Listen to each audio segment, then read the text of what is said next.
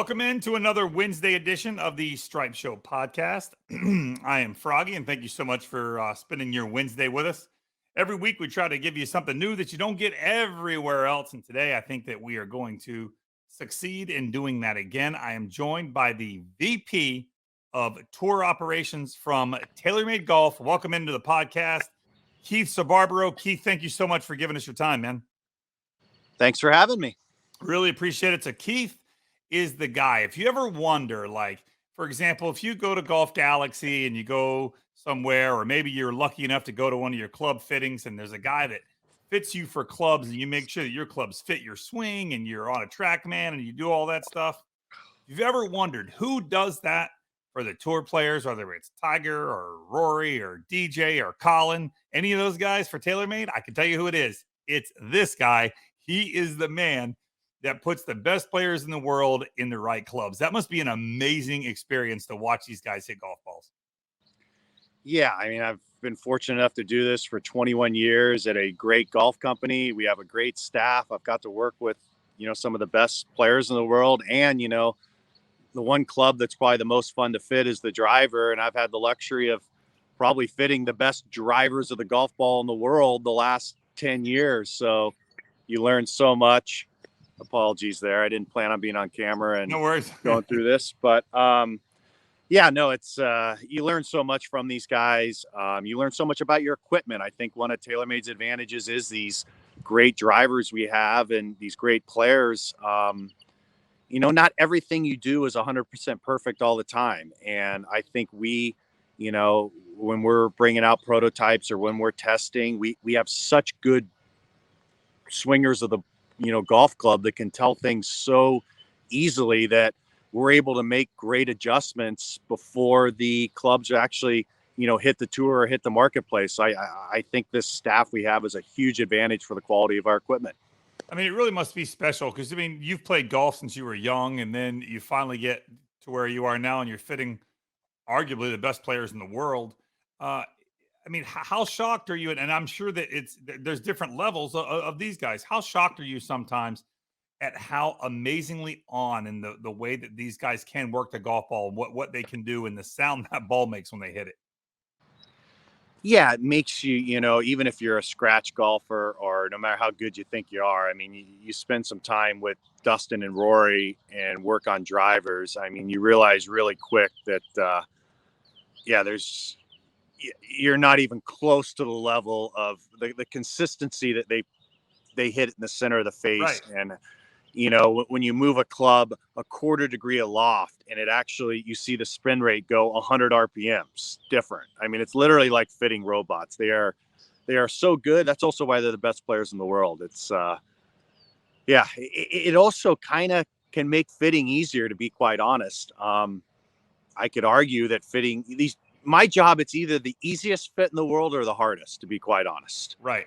They're so good and they can tell so much that if, it's very easy to dial it in because it's simple stuff. Ball goes high, you make it go lower. Ball's going right, you make it go left. And when guys are really good, when you move a little bit of weight, they see it. When you take a little bit of loft off, they see it, or change a lie angle. It shows up really quick. Now, if you're really off and and you're really struggling, then you can really be hard to fit a guy. There's times where, even with, if you talk to Tiger about it, there's been times where the initial fit went horrible and we couldn't have been farther from, where we needed to get to. But he's such a robot also that, you're able to make, it might not fix it that day, but then I can go back, think about what happened, come back the next day with another solution. And we always seem to dial it in, but sometimes it takes 2 or 3 days in Florida. Sometimes it takes, some years you just send them one and you don't need to do anything but show up. So it's a fun job though. I enjoy it. It's a challenge. It is. How excited were you that first time when you get the call that, hey, Tiger Woods is joining Team TaylorMade and you're going to go fit the Tiger Woods? That had to be yet an excited but yet nervous experience to go and watch the best player, arguably of all time, hit golf balls. I've known him for a while, so it wasn't, and obviously the fitting happened before he joined us. That was kind of step one in it. So I would have kind of been, the first person to even see if him signing with TaylorMade would have been possible. And it was just me, which is kind of how he likes it. And Right. yeah, I mean, he's the greatest player ever. And to be able to work that closely with him one-on-one with no one else around was an awesome experience. Excitement would be the word. Yeah. And I still enjoy it to this day. Every time I get to spend time with him, it's amazing.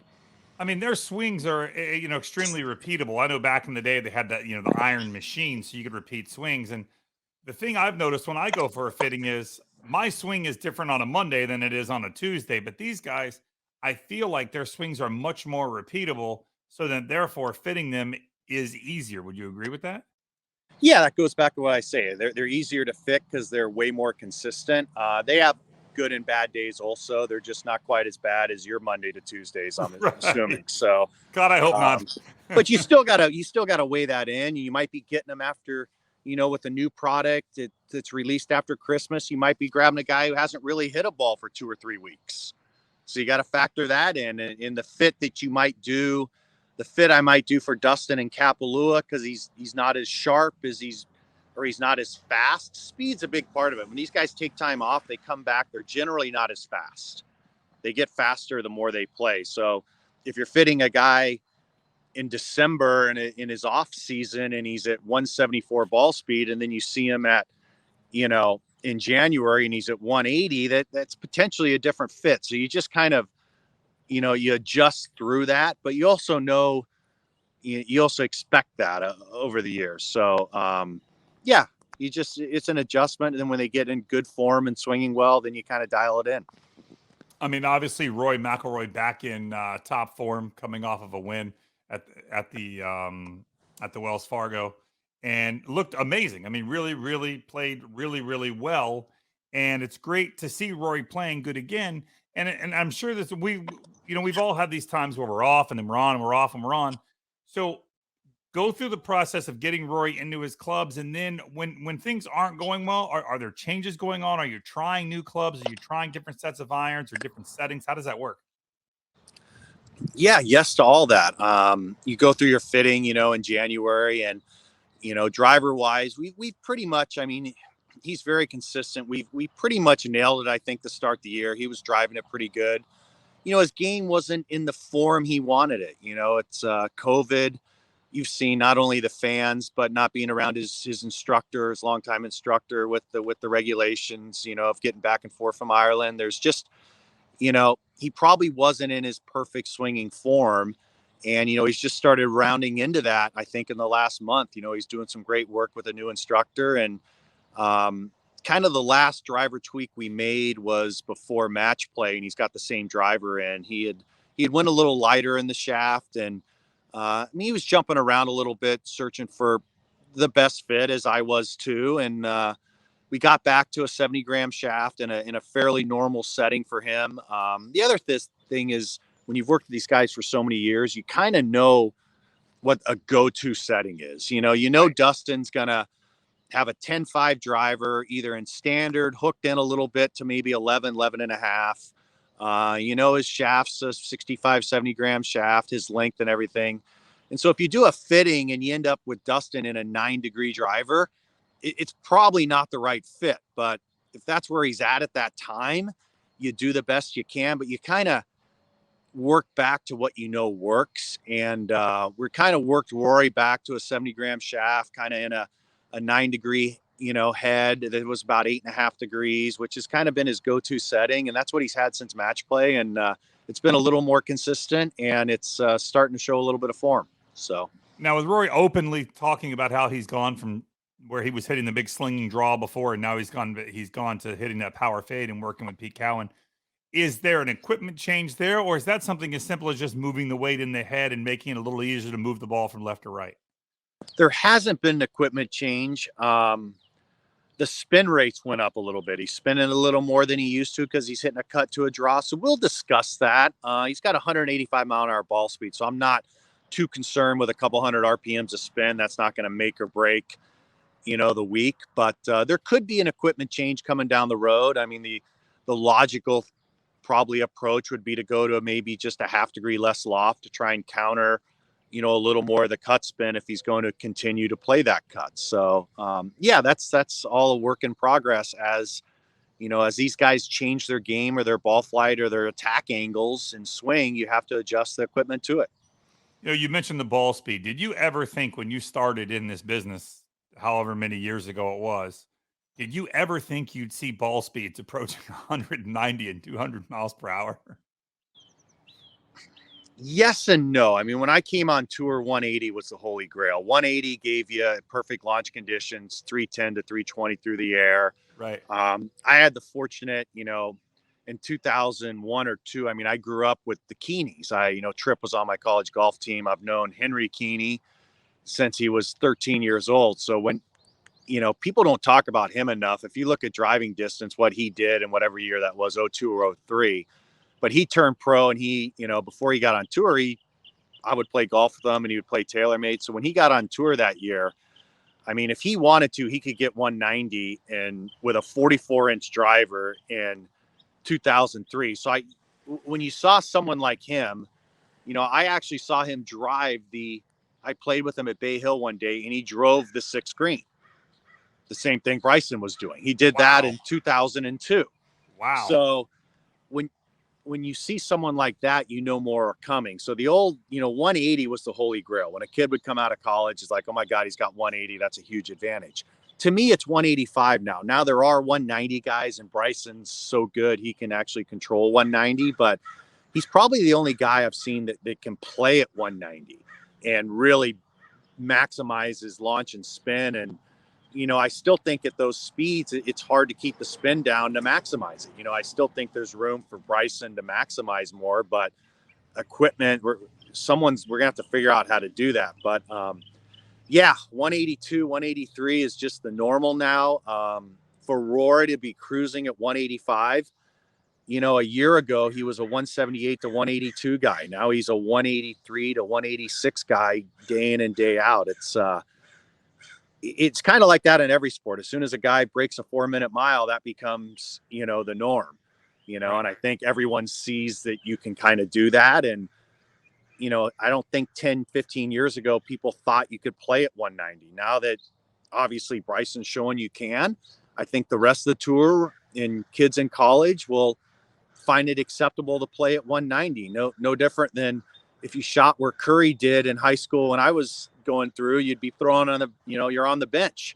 You can't pull up when you just cross half court. Now it's kind of acceptable. So It changes. Sports change. And the big thing in golf is, I think if you were a college golf coach and you had a player at 190 10 or 12 years ago, you might, and he's not hitting it straight, you might try and slow him down. I think you definitely would, hey, accuracy, this and that, but strokes gained at so important distances. I think if you have a player, if I met a junior golfer that had 190, I'd tell him to drive her every hole and try and hit at 195. So it's evolving. I think 190, and my point of that is 180 was the holy grail 15 years ago. It's going to be 190 in the next 5 years. There'll be loads of guys 5-10 years that are at 190. That won't be that uncommon. Yeah, and I mean, I know you're not an instructor, but do you find has it really turned into more of a speed game than it is an accuracy game? Would you say that hitting it far is far more important than trying to hit it straight? It's a combo of the two. I mean, if you have the speed and you can hit driver on the PGA Tour, on the toughest golf courses, and keep it in play, it's a huge advantage. The thing is with strokes gained is distance is a huge part of it, and hitting in the rough isn't probably that much of a penalty, but the penalty strokes are the penalties. If you hit one ball in a hazard or one ball out of bounds, that's a 2-shot penalty. You can't hit enough drives to make up for it, 360-yard drive. So you still have to keep the ball in play, which the best players can do, Rapsodo Mobile Launch Monitor. Improve your golf swing today. Pro-level launch data in the palm of your hand. It is very accurate, within 2% of a $20,000 unit. The Rapsodo MLM app automatically tracks stats and stores video with Shot Tracer, helpful for club gapping and understanding true distances. for each club. Rapsodo MLM provides immediate feedback, data, and creates a better practice environment, not mindlessly hitting balls. Extremely portable. Case is about the size of a rangefinder. And you know what? You can use it both indoors and outdoors. I love this launch monitor. It's the Rapsodo mobile launch monitor. Check it out at rapsodo.com, rapsodo.com, rapsodo.com. Right, they find a way. When you're fitting, going back to when you're fitting somebody. So let's say you give them a new head. A lot of times, is it harder to fit somebody for a shaft or a head? Which is more important? I've heard that, one's the engine and one's the car, but which is more important, whether it's for a tour player or whether it's for an amateur player? It's a combo of the two. We have the advantage at TaylorMade of we use the same sleeve every year. It's, 1.25 inch bore depth. I mean, so you're keeping the flex and everything the same. So we tend to stay with the same shafts. I would think if you're jumping around different, companies' drivers, that you might start going with different shafts. But I tend, if you're switching shaft and head, if Dustin's trying a new driver and you're switching both variables and he doesn't drive it well, which one is it? Is it the head or the shaft? You don't really know. So I try and eliminate variables, and I try and stick with the same shaft initially, and then just get the new head to work with that shaft. Now, if we're struggling and not getting that to work, I might try different shafts, but I would generally stick with the same shaft. If the shafts work, you got, the players I'm dealing with, Dustin Shafts has won all of his golf tournaments. I don't see any reason to switch. Last year, Rory switched shafts. He did that. He wanted to try some different ones. He found one that he thought worked better with the sim head, and he switched to that. And now he's in a different product, and he's still in that product. So it's, they're both very important. Yeah, because you see, guys, I had often wondered, when you go from sim to sim 2 or whatever the next product will be, do you shift, do you change both, or do you take that new head and just pop it on the old shaft because that is familiar and you already know what that shaft does? That's why I had asked. Yep. Generally, you don't take their old shaft, you'll do a new version, but one fitting technique is to take the shaft out of the old one and put it in the new one. Generally, they don't like to do that because they want to compare against their old one, so they don't want to be switching the shafts out of it. So we generally just do a new shaft. Right, that makes sense. So with Rory, I had seen that they make an iron change, and how difficult is? I know Rory was playing the 730s, and now I think he used the Roars Proto to win the Wells Fargo. How difficult is it to make that iron change going from the 730 or the combo set back to the Proto? Sometimes it's easy, sometimes it's not. He went to the 7MCs. Then the Roars Proto was the 730, so they're the same iron. Right. He was just the first guy to get it. That turned into the 730. So that was a pretty easy switch for him. He went back to his old Roars Proto. I think it was comfort. When you're not playing your best golf, you're gonna grab some old clubs occasionally, and he went back to those, and they just felt amazing to him. He loved how they went through the ground. He thought the spin rates were more consistent. He also switched to our new ball this year. He loves the new TP520, TP5X21. Around the greens, it's just game changing for him. It's so soft, so much spin, and maybe that little bit more spin didn't quite match up as well with the current setup that we had fit him into in those P7 MBs. We probably need to make a little adjustment with them, and he's going back to a ball, the 21 ball is probably more similar spin to the 17 ball that he was fit with the Roars Proto. So it kind of makes sense that combo kind of matched up to me a little better than maybe the combo of the 19 TP5 with the P7 MC. So it's these guys figure a lot out on their own, and they ask us questions, but I thought it was a great idea to try his old iron that kind of matched up with a similar spin rate to the ball that those irons were fit with. And it was an easy move. He took them out, hit them, and they just came out perfect. And winner, we got a nice ball iron combo. And then, whatever, was it the first week he put him in, he won, or the second? I don't even know, but it was, one or the other. Yeah, it was cool. Quickly he hit a couple good iron shots. And that third on 18 with the ball below your feet out of the rough, I don't think people realize how good that that shot was. You got to cover that whole water. It's a impossible angle to even hit the green at Quail Hollow there from there. And that was an amazing iron shot. It Unbelievable. really was. It really Yeah. was. I saw the whoop. I saw that, he's wearing that whoop bracelet. And when he hit that tee shot, his heart rate spiked at 140 as the ball was in the air and bouncing. But I loved listening to the, between him and Harry, I loved listening to the dynamic as they were deciding whether to chop that ball back into the fairway or take a drop. Obviously, they ended up making the right decision. But, it was great to see Rory win again. And golf is in a better place when Rory McIlroy is standing in the winner's circle, as along with, many of the other top players in the world. Yeah, I'm glad. Yeah, that was obviously they couldn't get to the fairway comfortably, and going sideways on the side hill was probably no better than dropping it. And Harry did a great job. And it's the hardest part about being a caddy is it was, he mentioned it and he did it.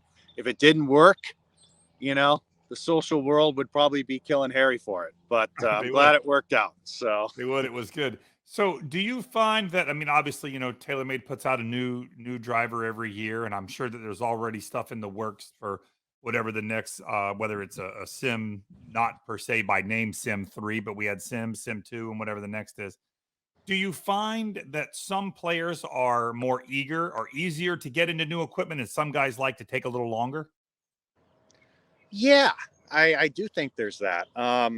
We try and get ahead of this so we don't have any issues and let the guys test it, but you really don't know till it gets in competition. But yeah, they're all eager to switch to new equipment for sure. So um, the initial switch, I don't think is very hard. It's just trying to get a good fit in a short time frame, coming off a break of Christmas and getting it completely dialed in to where we want. There's some years is a little more challenging than others, and there's no rhyme or reason. There's not like one player I can say is more difficult than the other. I think all our guys are pretty easy, and we have pretty good success at getting these guys in the newest product right off the bat and it working. Occasionally you run into a hiccup here and there, which there's it could be a product issue, it could be a player issue, there could be a combo of both. Now, what do you attribute it to other than just, I mean, it's just a superior product that, yes, there are the tailor-made contract staffers, but generally many tournaments out of the year, TaylorMade leads a tournament with drivers in the bag on guys that are not on staff. Do you attribute that to just the technology, or do you think it sometimes has to do with they see these guys who are hitting the ball so well, moving it and being able to control it? Does that maybe play into their decision to play a TaylorMade driver? I think it's a combo. I think you look at the success TaylorMade's had the last 20 years on tour. So there'd be very few guys on tour that haven't probably played a TaylorMade at some point of their career. And I think when you've played a certain brand, whether it's ball, putter, iron, driver, and you've had success, you kind of, check the box that you trust that brand. So I think we have a lot of trust in our brand. And then I also think we have some of the best players in the world playing it. And then I think we have the best products in the world. So, none of these guys are going to switch, and especially the guys that can play whatever they want. But even our staff players, people think, they have to switch. They don't have to switch. They switch because they think it's better. And, So they're not contracted they're not obligated to play the new driver if we they want want them to to play continue their to play best swing. golf. No, there's Right. nothing in there that, you see it with companies. Guys show up with really old drivers sometimes. I think Yeah. every company would say the same thing. The most important thing is the players playing their best golf. I mean, no company pays a player enough money that would, I don't think, supersede performance. At least you would hope not. But so getting back to that, I think we have really good drivers, and when you come out with good technologies, and then I think we have good people to fit them across the world. We have a great R&D staff that prepares the fitters with what we have coming so we can get it right. I think we do a good job of knowing what we have. So when you go work with one of these guys, you don't get a ton of time with the superstar guys that can play with whatever they want. They generally test a lot of different companies' equipment. So you got to get it right. I think we do a wonderful job, or at least I get great info from our R&D and testing department on what this driver does compared to the last driver. So, first impressions are very important.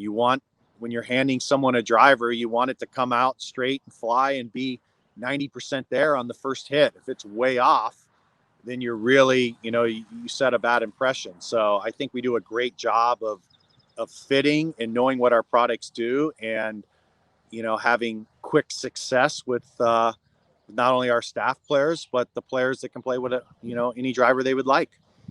Yeah, I don't know how long you've been at TaylorMade, but I think you're gonna like this. The other day, I was at a one of those like play it again sports type places where somebody had they had a bubble shaft TaylorMade driver in there, and I'm like, I hadn't seen that, but I remember I played that bubble shaft driver where it was really thick and it got kind of narrow at the down towards the head. Were you at TaylorMade when that was around? I wasn't there. My first year was 2000. Now, ironically, I think like Lehman and maybe Lee Jansen, some of the old timer TaylorMade guys had fell in love with that bubble shaft. Yeah. So even my first year with 300 series, we did put some bubble shafts in 300 series. Really? So I am familiar with the product. I did play the product personally. I remember that burner was I love that driver. I believe, Yeah. what year was that? 96. I think Lehman, Els won with it, some majors. It was O'Meara. So, I mean, that bubble got some major victories. It was pretty good. It did. I saw one the other day and I was tempted to buy it. I'm tempted, like, you know what? I'll just buy this and just hit it just for fun. It's probably an inch shorter than your current driver, at least. I think it was. Yeah. Yeah. I mean, I think the first real TaylorMade driver that I played was the R1. My friend had the R5 or the R7. Yeah. And then when the R1 came out, because was that the first real adjustable driver?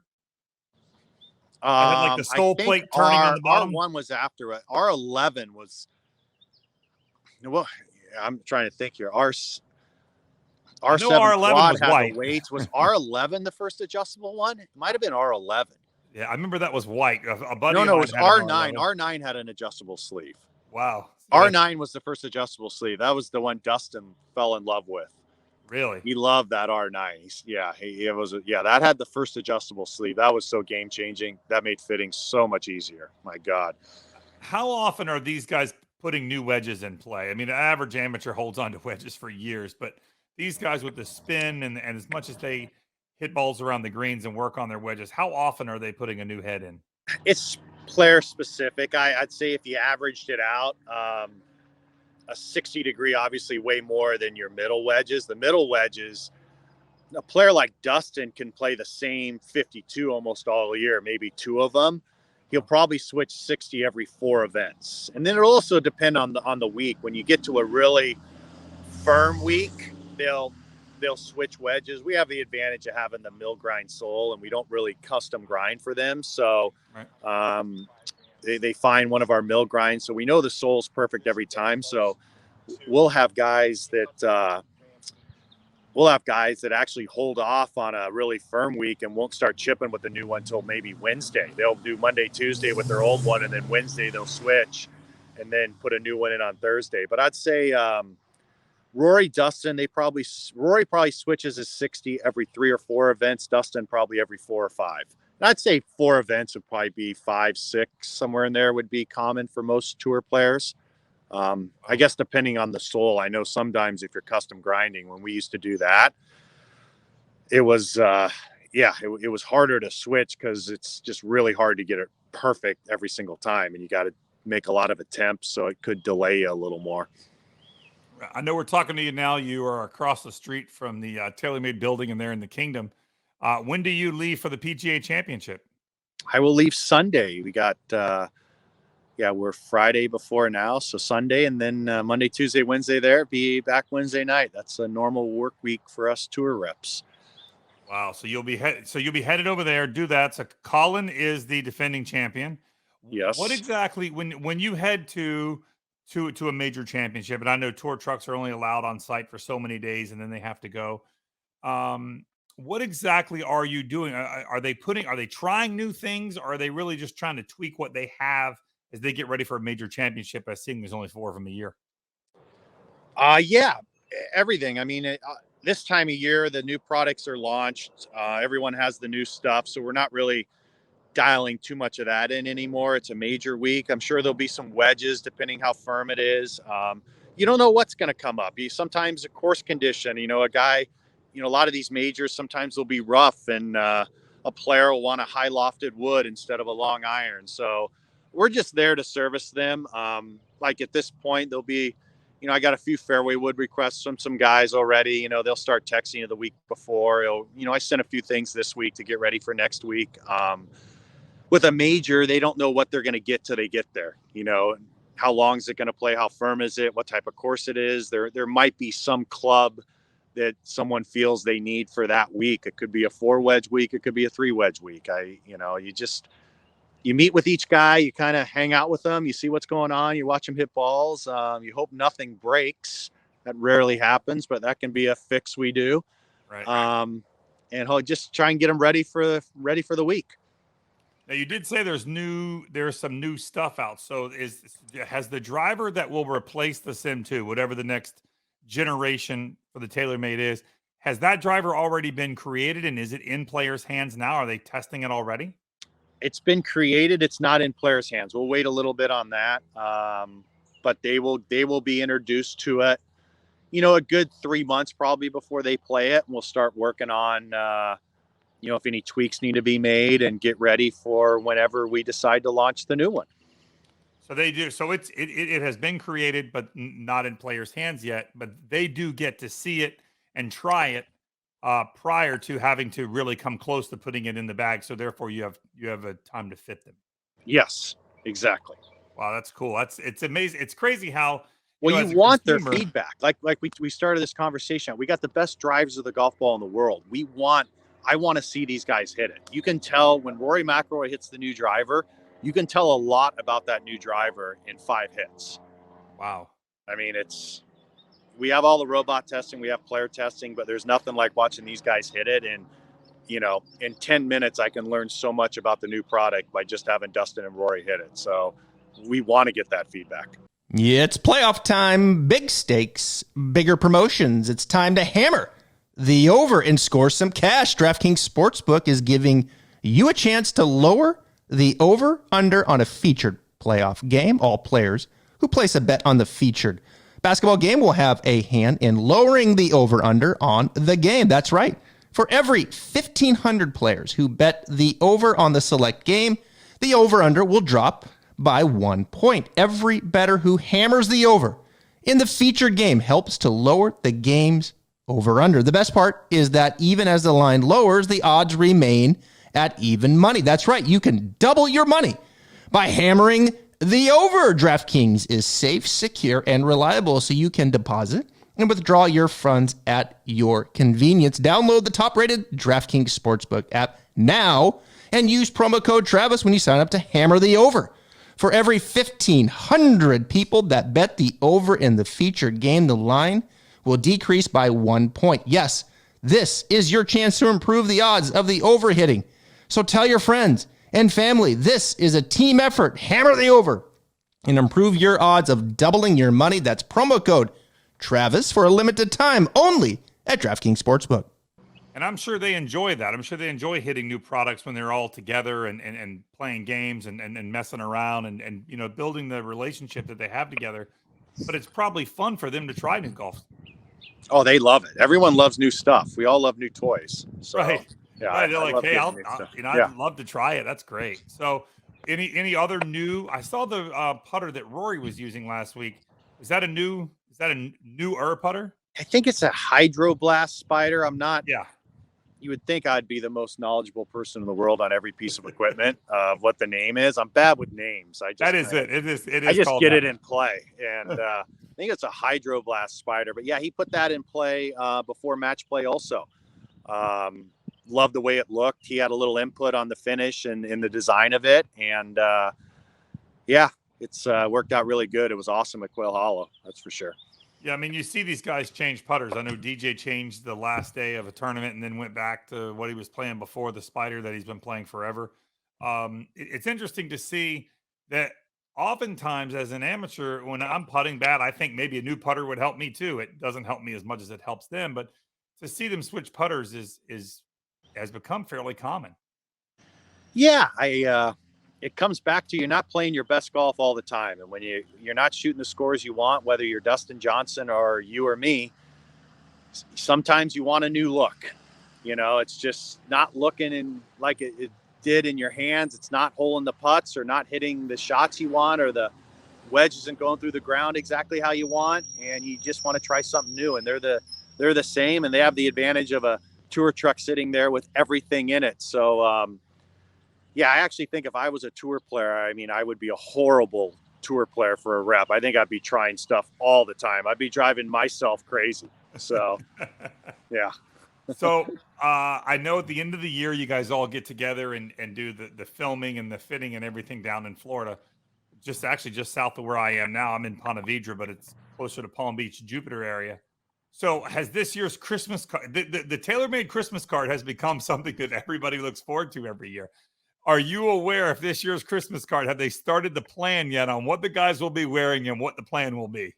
They probably have. I am completely not involved. My only job would be to make sure they actually agree to do it the day of. Yeah, it's awesome to see. It's a fun way to, we start that day off with that, and it's a good laugh, and yeah, it's really fun, and I'm sure it's in the works again. It's been a home run, so I don't see why we would stop doing it. But yeah, as much about it as I do for next year. There's a lot of things in this lifetime I thought I'd see, and one of them was never Tiger Woods in a onesie. But I know that I saw Tiger Woods in a onesie on the TaylorMade Christmas card, and it's just fun. You can tell the guys are enjoying it and they're having a good time. I actually don't know the story of this, but my guess is, you talk about Tiger and that Mac Daddy Santa. My guess is that was probably the inspiration for it, to be quite honest. I think if Tiger would post himself like that, we would think that he might be willing to do it for us too. Right. A version of that, at least. I look forward to it. So I would be remiss while talking to you, if I didn't bring up yesterday's big news, in that Sergio Garcia is back on Team TaylorMade, somewhere that's very familiar to Sergio.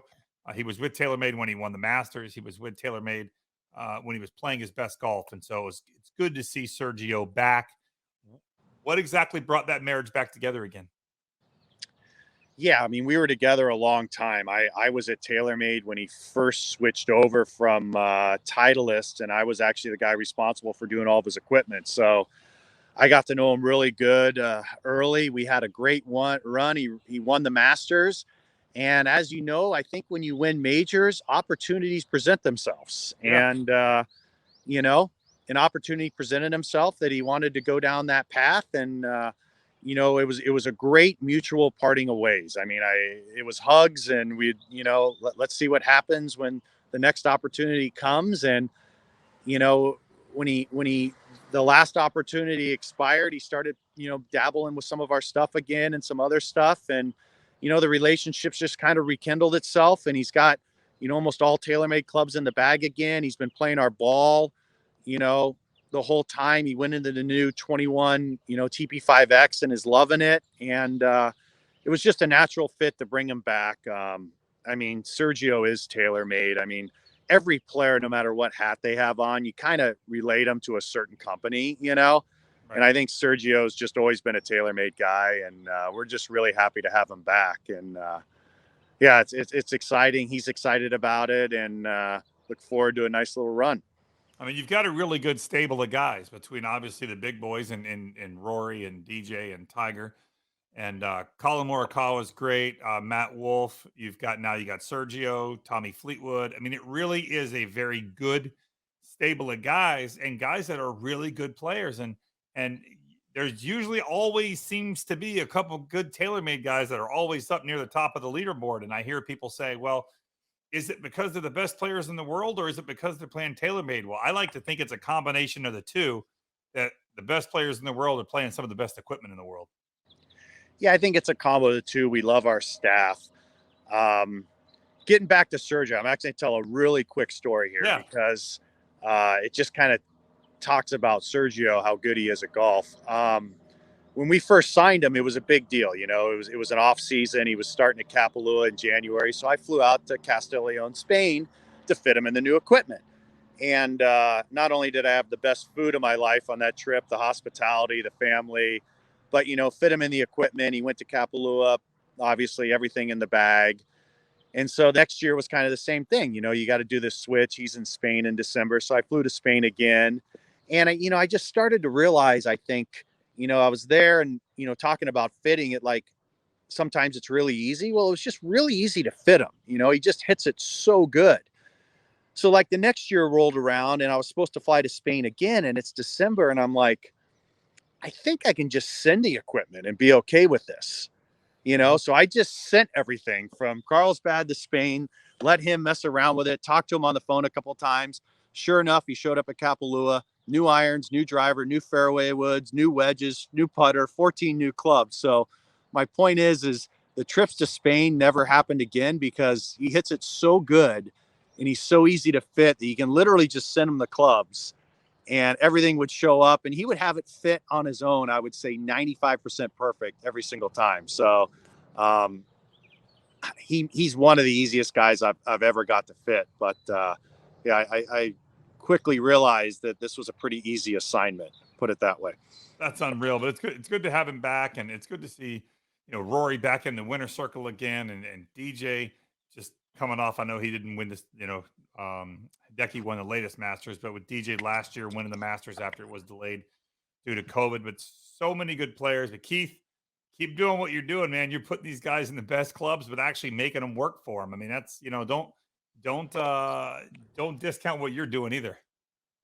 Thank you very much. No, I love my job. I can't wait to travel to South Carolina and walk around the PGA with these guys and watch them play. And hopefully we get another, we got the last PGA championship with Colin. Hopefully we get another Team TaylorMade guy this week from now.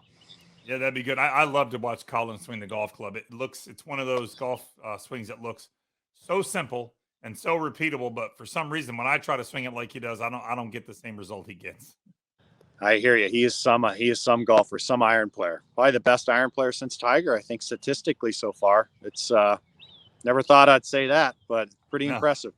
It is impressive. Well, Keith, thank you for your time, man. Appreciate it. Travel safe, and we will talk to you again soon here on the Stripe Show podcast. Thank you very much. Take care. Thank you, Keith. Have a good one, buddy. Okay. Bye-bye. Bye-bye. I just want to interrupt this interview real quick and give a shout out to my friends over at Encore Golf. Encore provides some of the most cutting-edge technology in a golf ball that I have ever seen. Their team in Buffalo, New York is changing the script of golf technology through their perimeter-weighted designs, which offer players enhanced accuracy and control for every shot on the course. With their award-winning Elixir and Avant 55 golf balls, they are transforming the game for players of all skill levels. Visit encoregolf.com/Travis Fulton for more details about their products that are revolutionizing the game. Now back to the Stripe Show.